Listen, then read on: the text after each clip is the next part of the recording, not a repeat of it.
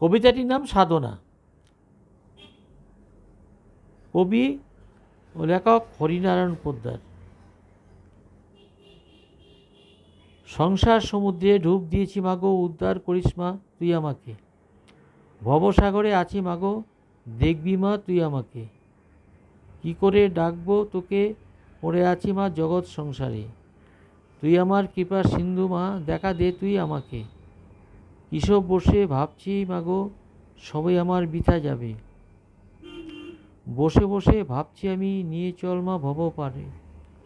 মায়ার সংসারে আছি মাগো, দয়া কর মা তুই আমাকে।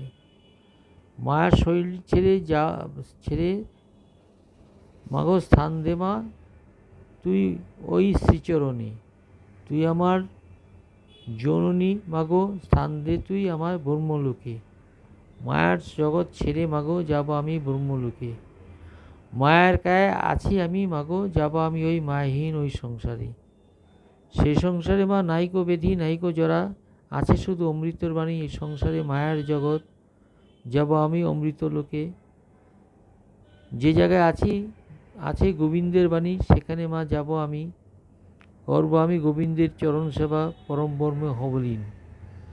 এই কবিতাটা আপনাদের কেমন লাগলো আমাকে লাইক করে জানাবেন। হ্যাঁ,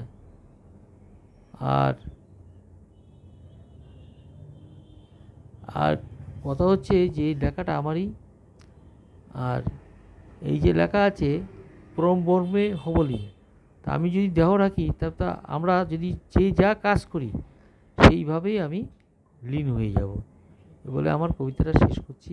কেমন লাগলো আমাকে জানাবেন।